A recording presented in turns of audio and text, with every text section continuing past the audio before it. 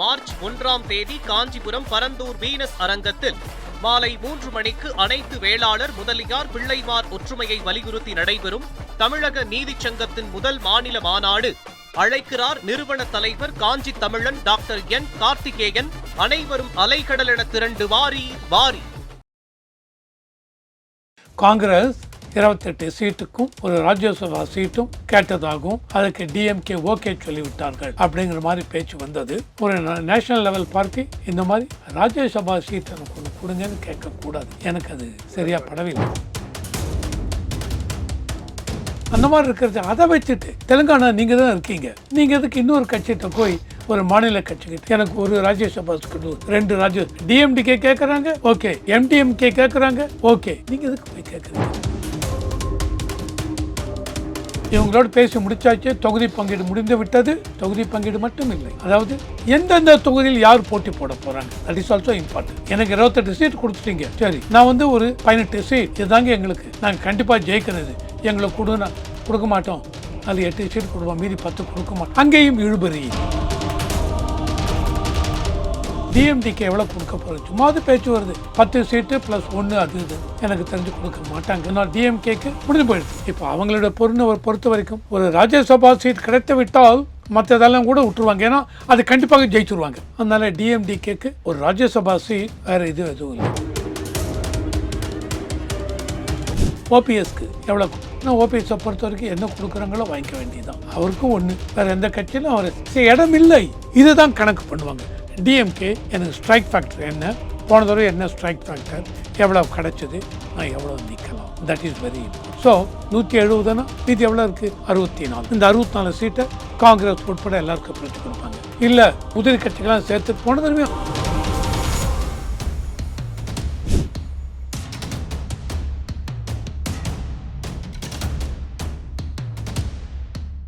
Real one உறவுகளே, நடுநிலையோடு பொறுப்புடன் செய்திகளை வழங்கி பல லட்சக்கணக்கான மக்களின் நம்பிக்கையை பெற்ற நமது சேனலின் வளர்ச்சிக்கு உங்கள் ஆதரவு தேவை. இந்த ஊடக பயணம் தொடர்ந்து வலுப்பெற திரையில் தெரியும் QR கோட் ஸ்கேன் செய்தோ அல்லது டிஸ்கிரிப்ஷனில் உள்ள வங்கி விவரங்கள் மூலம் உங்களால் முடிந்த அளவு சப்போர்ட் செய்யுங்கள். உங்கள் ஒவ்வொரு ஆதரவும் நமது குரலை இன்னும் பல லட்சம் பேரிடம் கொண்டு செல்ல உதவும். ரியல் ஒன் நேயர்களுக்கு வணக்கம். இன்று நம்மளுடைய நேர்காணலுக்கு அரசியல் விமர்சகரான திரு ரவிசங்கர் அவர்கள் இணைஞ்சிருக்காங்க. சார் வணக்கம். வணக்கம் சார். தற்பொழுது திமுகவினுடைய தொகுதி பங்கீடு பேச்சுவார்த்தையில காங்கிரஸுக்கு மாநிலங்களவை கொடுக்கறதா உறுதியளிக்கப்பட்டிருக்குன்னு வாய்மொழி வார்த்தையா தமிழக காங்கிரஸ் தலைவர் செல்வ பெருந்தகை சொல்லியிருக்காரு. ஸோ எப்படி பாக்குறீங்க? அதே நேரத்தில் கூட்டணி எல்லாம் கொஞ்சம் சுமூகமா போயிட்டு இருக்கு அப்படிங்கிற மாதிரி ஏதாவது நினைக்கிறீங்களா? எப்படி சார்? என்னை பொறுத்த வரைக்கும் திமுக கூட்டணியில் ஆரம்பத்தில் சலசலப்பு இருந்ததுங்க. காங்கிரஸ் வெளில போயிடுவாங்களா இல்லையா, டிஎம்டிக்கு உள்ள வரப்போறாங்களா இல்லையா, கம்யூனிஸ்ட் விசிகே எல்லாருமே அதிக தொகுதி கொடுங்க, போன தடவை மாதிரி சிங்கிள் டிஜிட் 6 சீட்டுக்கும் ஒத்துக்க மாட்டோம், 2 டிஜிட் 10க்கு மேலே வேணும் அப்படின்னு கேட்டுட்டு இருக்கிறச்ச ஒரு சலசலப்பு. இந்த கூட்டணி நிலைக்குமா நிலைக்காதா அப்படின்னு ஒரு ஐயப்பாடு இருந்தது. ஆனால் அதையெல்லாம் தாண்டி விட்டார்கள் அப்படின்னு என் மனசில் படுறது இப்போ. ஏன்னால் முந்தானேத்தி வரைக்கும் காங்கிரஸோட இவங்க கூட்டணி முடியுமா, கூட்டணி வார்த்தைகள் சுமூகமாக முடியுமா அப்படின்னு ஒரு இது இருந்தது. நேற்றுக்கு மறுபடியும் ஒரு வாரம் முன்னாடி கனிமொழி போய் இவங்களை பார்த்தாங்க, ராகுல் காந்தி இதை பற்றி பேசுறதுக்கு. அது சரியாக முடியவில்லை. அப்புறம் ராகுல் காந்தி அவர்கள் 40 சீட்டு 38 40 45 கேட்டாங்க, அப்படி இப்படின்னு சொன்னாங்க. கன்ஃபார்ம்டு நியூஸ் இல்லை எதுவுமே. நேற்று மறுபடியும் கனிமொழி அவர்கள், ஏன்னால் இது இழுத்துக்கொண்டே போகிறது. திமுக பொறுத்தவரை இவங்க போனா போட்டோம், என்னாச்சு ஏதாச்சு இதெல்லாம் கற்பனைகள் தான்.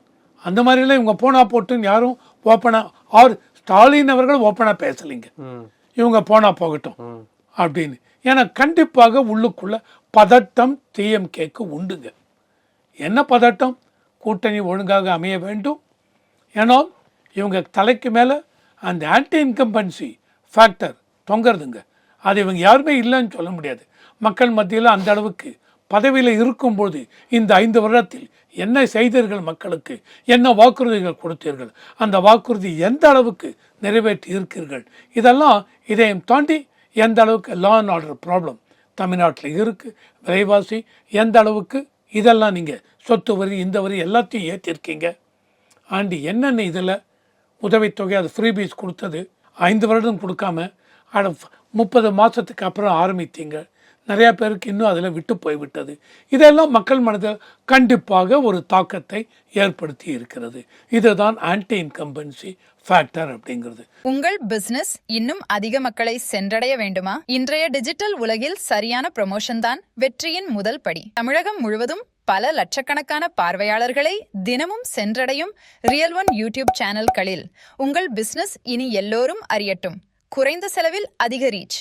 உங்கள் பிராண்டுக்கு நம்பிக்கையும் வளர்ச்சியும் சேர்க்க இன்றே எங்களை தொடர்பு கொள்ளுங்கள். 9280087164.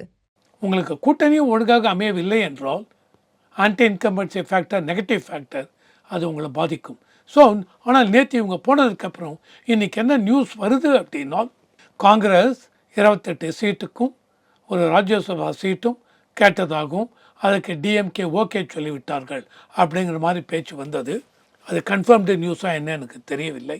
அப்படியே கன்ஃபர்ம்டு நியூஸாக இருந்ததுனால் ஓகே, காங்கிரஸோடு சுமூகமாக முடிந்து விட்டது அப்படின்னு எடுத்துக்கலாம். ஆனால் அந்த அளவுக்கு, ஏனால் இன்னும் டிவிக்கே அந்த பக்கம் காங்கிரஸ் போக மாட்டாங்க ஷூராக தெரியவில்லை. எனக்கு என்ன ப்ராப்ளம் அப்படின்னா, காங்கிரஸும் டிவிக்கு எந்த விதத்துலேயும் பெரிய பெரிய மீட்டிங் போடலை, எந்த விதத்தையும் மக்கள் இதை கொண்டு வரலை. அந்த மாதிரி இருக்கிறச்ச டிவிக்கேக்கு நல்ல இருக்கா, வாக்கு சதவீதம் நம்ம எதிர்பார்த்த அளவுக்கு இருக்கா, அவங்களோட நம்ம கூட்டு சேரலாமா, டிஎம்கே விட்டு அங்கே போய்விடலாமா, இது அவங்களுக்கு ஷூராக முடிவு பண்ண முடியவில்லை. இதுதான் பெரிய பிரச்சனை. அந்த ஒரே காரணத்துக்காக தான் திமுக கொடுக்குற இந்த 28 சீட்டையும் ஒரு ராஜ்யசபா சீட்டையும் காங்கிரஸ் அப்படி ஒத்துக்கொண்டு விட்டார்கள் என்றால் இதுக்கு காரணமே இதான். டிவிகே மேலே, அந்த விஜய் பார்ட்டி மேலே ஒரு கண்டிப்பாக இவங்க ஜெயிப்பாங்க என்ன அந்த நம்பிக்கை போய்விட்டது. இதையும் தாண்டி 2029 பார்லிமெண்ட் எலெக்ஷன், இந்த 2024 பார்லிமெண்ட் எலெக்ஷனில் திமுக மூலம் ஒரு 8 சீட்டோ 10 சீட் காங்கிரஸ்க்கு கிடச்சிது. 2029 ஒருவேளை இந்த டிஎம்கே 2026 ஜெயித்தாங்க அப்படின்னால் அந்த கூட்டணி அப்படியே தொடர்ச்சியாக காங்கிரஸ் கொண்டு வந்தால் 2029 பார்லிமெண்ட்டுக்கு இவங்களோட அப்படியே இருந்து மறுபடியும் ஒரு 10 சீட் 12 சீட் எடுக்கலாம் அப்படிங்கிறது காங்கிரஸுடைய எண்ணமாக இருக்கலாம். அந்த ஒரே காரணத்துக்காக தான் இந்த 28 சீட்டையும் ராஜ்யசபா ஒரு சீட்டையும் இவங்க ஒத்துக்கொண்டிருப்பார்கள் அப்படிங்கிறது என்னுடையது.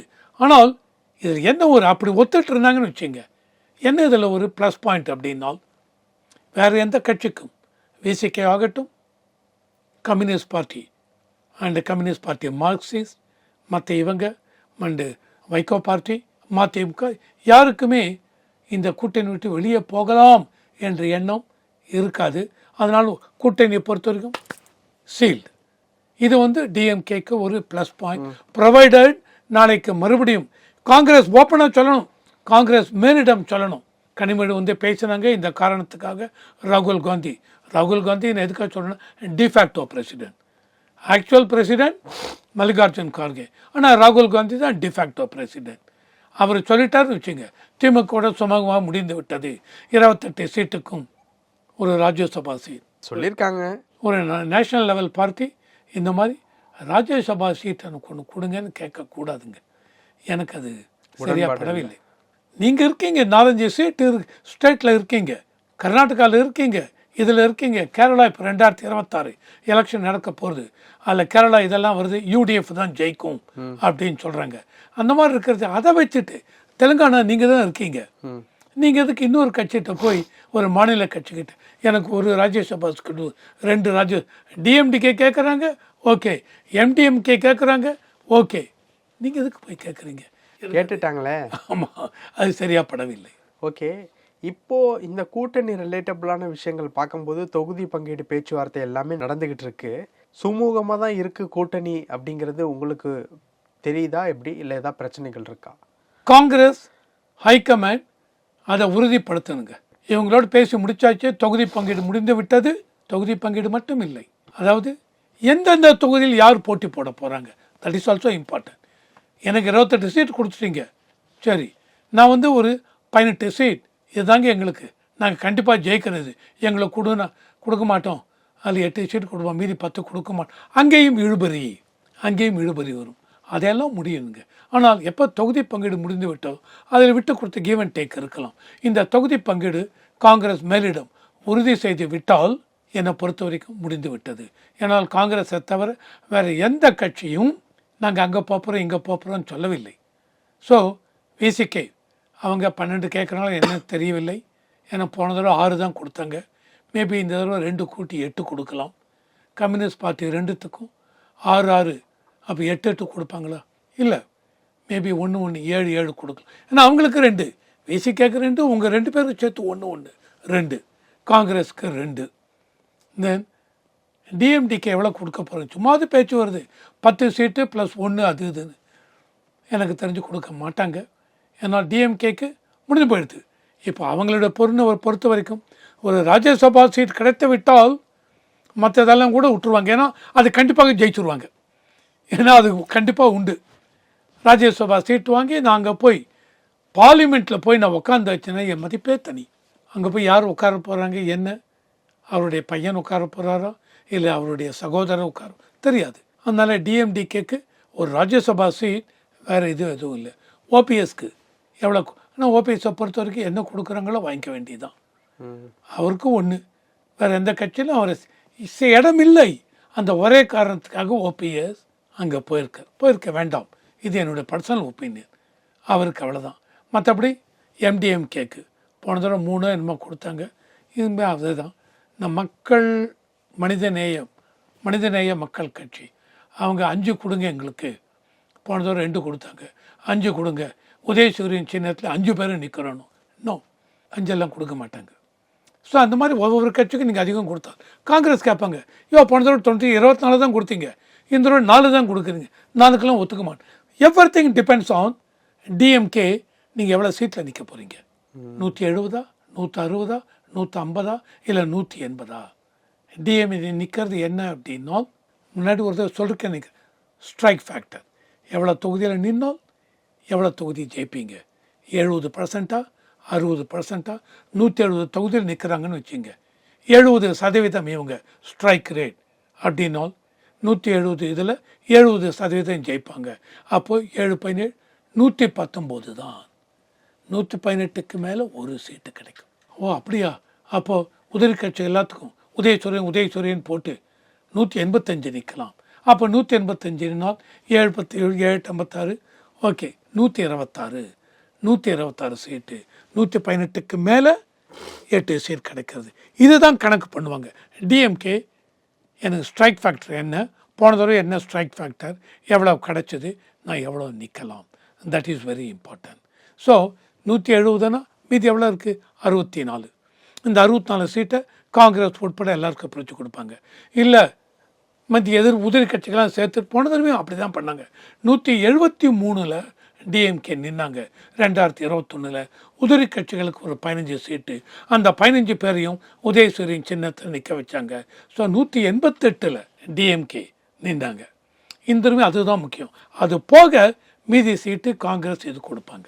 ஓகே சார், பல விஷயங்கள் பேசணும். நேரத்துக்கு ரொம்ப நன்றி சார். நன்றி.